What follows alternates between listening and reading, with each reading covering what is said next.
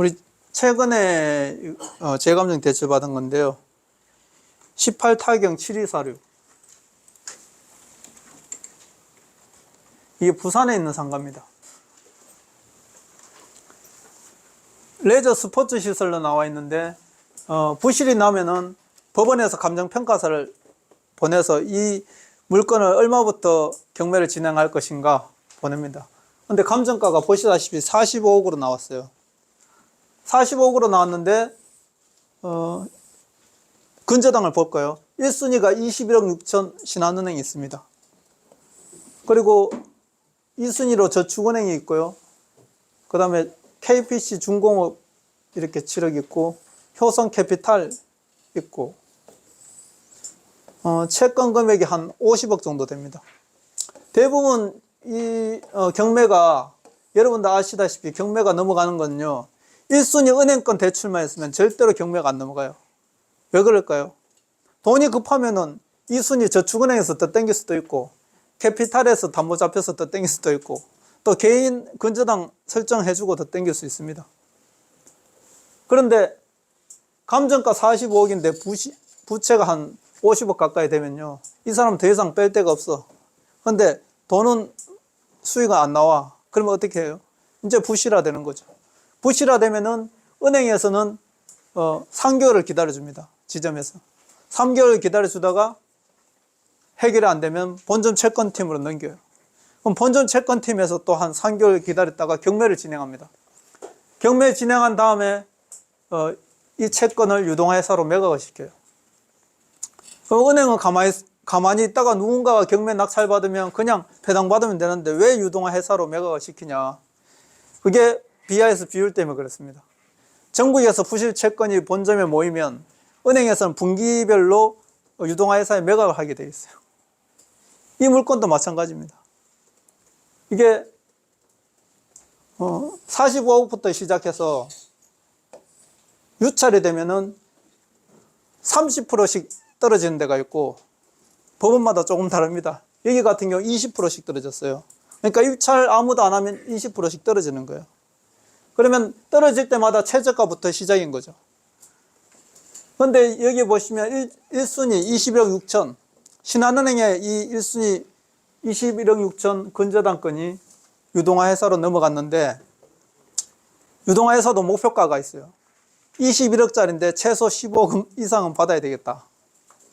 그러면 누군가가 여기서 유찰되고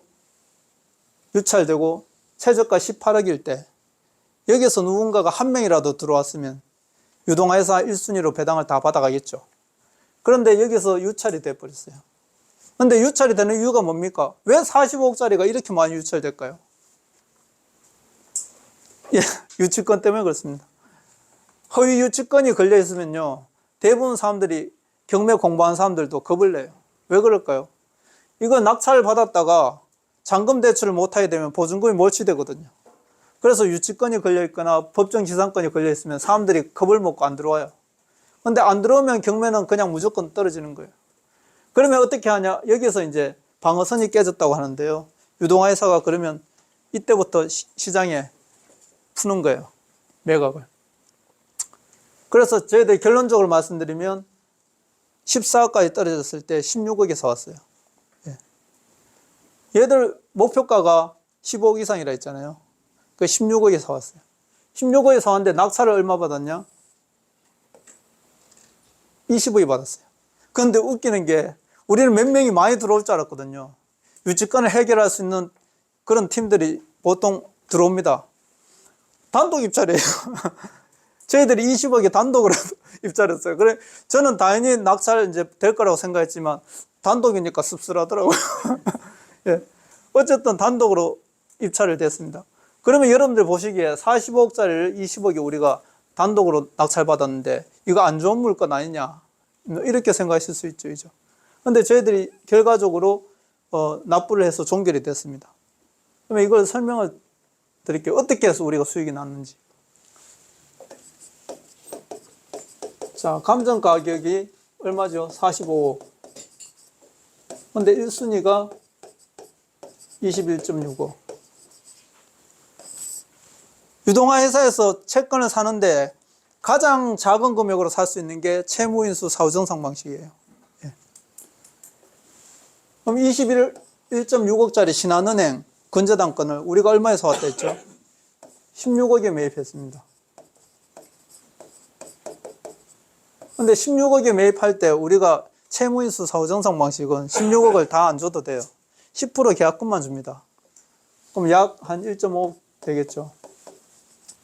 10%. 이 계약금을 유동화에 주고 낙찰을 얼마에 받을 거냐, 유동화 계약서 적을 때 정합니다. 계약서를 보면 나오는데요. 16억에 매입하고 곱하기 1.2 이런 방식으로 20억이 나온 거예요. 그래서 우리가 16억에 매입하기로 하고 20억이 낙찰 받는다. 경매 들어가기 전에 이렇게 사전에 유동화 회사하고 협상을 하고 경매 들어간 거예요. 그래서 일부 사람들은 이거 짜고 치는 고스톱이다. 예전에 그들만의 리그다. 아무도 모르니까. 그런데 이런 유동화 회사는 이런 공식을 통해서 합니다. 그런데 왜 이런 공식을 하냐? 물건에 따라 좀 달라요. 여기서 곱하기 만약에 1.4를 했다. 그러면 채권 금액이 넘어서죠. 그래서 21억밖에 없기 때문에 16억에 사는데 1.2 이런 식 공식으로 이렇게 나오는 거예요. 낙찰가가. 유동화 회사는 어차피 받을 금액이 16억이니까 16억만 받으면 되잖아요. 그래서 물건에 따라 이런 공식으로 낙찰가가 정해집니다. 그래서 여러분들 좀 전에 보셨듯이 낙찰을 우리가 20억 적었어요. 그럼 보증금 얼마 걸었습니까? 여기 1.5억 유동화 회사에 우리가 납입한 이 돈, 이걸 경매 당일날 유동화 회사에서 수표로 찾아옵니다. 찾아오는데 여러분들이 생각하실 때 그러면 잘못 적으면 어떻게 하냐, 입찰표를. 걱정하시잖아요. 유동화 회사하고 계약할 때 입찰표까지 다 작성합니다.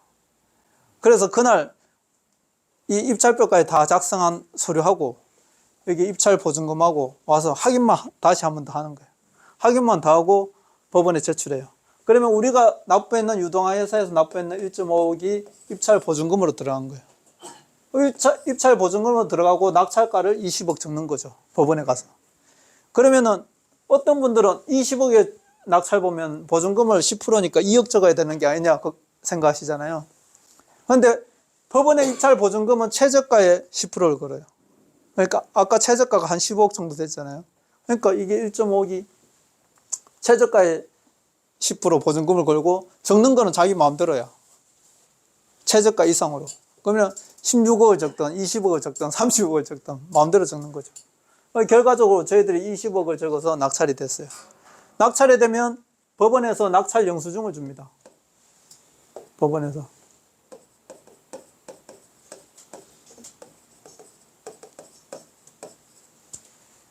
떨어진 사람은 보증금을 바로 주고요. 낙찰된 사람은 낙찰 영수증을 줘요. 그럼 이 낙찰 영수증을 받고 우리가 시중은행에 대출을 신청합니다. 45억짜리인데 우리가 20억에 낙찰받았습니다 하면서 대출을 신청해요. 그러면 경매 같은 경우에 80%에서 85%가 나와요. 그래서 저희들이 보통 은행을 한 두 군데, 세 군데 정도 가승인을 내놓고 시작을 하는데요. 어떤 데는 16억을 대출해 준다. 어떤 데는 17억을 해준다 해서 우리가 17억을 받았어요. 등기부 등본을 떼보면 다 나옵니다.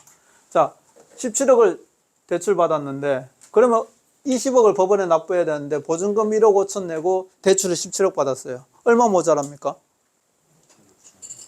예? 1.6억을 잔금으로 내는 거죠. 법원에 대출 나올 때. 그러면 경매가 끝나요. 경매가 끝나면 어떻게 됩니까? 원래 여기 45억에 잡혀있던 50억 채권 있죠. 그죠? 이걸 법원에서 깨끗하게 말소를 해줍니다. 말소를 해준 다음에 자, 20억을 법원에서 받았어. 받았는데 이 20억을 법원에서 꿀꺽 하는 게 아니고 누구한테 줍니까? 전액 채권자들한테 줘요. 근데 전액 채권자들한테 골고루 나눠주는 게 아니고 순위별로 나눠준다는 거죠. 그래서 1순위 채권이 중요한 거예요. 저희들은 1순위 채권만 매입합니다. 그것도 유동화 회사에서 직거래로 매입을 합니다. 그리고 여러분한테 이 유동화 회사에 계약한 그 계약서를 공개를 해드리는 거죠. 원래 이게 비밀 유지 조항이 있어서 공개를 안 하게 되어 있어요. 근데 저희들 한해서 공개를 해드린 겁니다. 자, 그러면 이게 1순위한테 왔어요. 21억이 1순위 받을 권리야. 근데 20억이 납부됐어. 그러면 20억이 1순위한테 다 가겠죠. 은행으로, 신한은행으로 가야 되는데 신한은행에서 유한코로 팔아가지고 유한코에서 20억을 배당받아가요. 근데 저희들하고 계약이 얼마 했죠? 16억이 했죠. 그러면 배당을 유동화회사에서 받고 난 다음에 우리하고 계약이 16억이니까 차액을 돌려줘요. 얼마를 돌려줍니까? 4억을 돌려줍니다. 자, 그럼 단순하게 봤을 때 우리가 한 3억 들어갔는데 왜 자꾸 바뀌지? 3억 들어갔는데 경매가 끝나고 나서 4억을 돌려받았어요. 예. 그리고 안전하게 채권을 활용해서 16억에 샀지만 20억에 우리가 낙찰을 받았어요. 자, 그럼 단순하게 여러분들 생각했을 때 45억짜리 사가지고 전에 주인은 50억이나 부실을 냈는데 우리는 3억 들어가서 경매 끝난 다음에 다시 4억을 돌려받았어요. 그리고 45억짜리 소유권을 가지고 왔어요. 예. 이게 이제 NPL의 장점입니다. 그런 다음에 제가 말씀드렸죠. 유치권이 실제로 해결이 되고 나면 정상 물건이 됩니다. 이때부터는 이제 경매 물건이 아닙니다. 정상 물건이 되면요, 1년이 지난 시점에 재감정이 돼요. 재감정이 되면 다시 대출을 우리가 추가적으로 빼먹을 수가 있어요. 대안대출을 받을 수 있는데, 대안대출을 우리가 얼마 받았냐? 이거 45억짜리인데 이제 시간이 지났으니까 다시 대출해 주세요. 은행에. 1년이 지나고 재감정하니까 얼마 나왔을까요? 25억이 나왔습니다. 예. 그러면 기존의 대출이, 은행은 무조건 1순위로 들어가니까 기존의 대출이 상환이 되겠죠. 그러면 얼마 남아요? 예. 8억 남죠. 그래서 저희들이 항상 드리는 말씀이, 투자 대비 매각이 안 되더라도 정상 물건 만들어서 재감정만 하더라도 투자 대비 200% 수익을 낸다. 그런 물건만 가져온다. 그 실제로 보여드리는 거죠. 예, 이렇게 되고 있다는 걸. 그러면 여러분들이, 자 보세요. 3억 여러분들이 만약 했다고 칩시다. 그러면 실제 수익금 얼마 받아요? 1억 2천이죠. 40%니까. 그죠? 그러면 여기서 17억 받아갈 때, 대안대출 8억 나올 때, 여기서 투자금 3억 플러스 수익금 1.2억 하면 4.2억이죠. 4.2억 안전하게 받아가고도 남지 않습니까? 그죠? 예. 그래서 여기서 이제 매각을 우리가 30억에 했다. 30억 하면은 또 5억이 남겠죠. 이건 이제 플러스 알파로 이제 남는 거죠. 이런 식으로 저희들이 이제 진행이 되는 거예요. 근데 제가 그러면 좀 전에 말씀드렸듯이, 대표님 그렇게 하면 혼자 하시지 왜 같이 하냐. 이런 질문이 나오실 수 있죠. 제가 정말 놓치고 그런 물건들, 특수 물건들을 여러분들하고 한번 해보자는 거죠.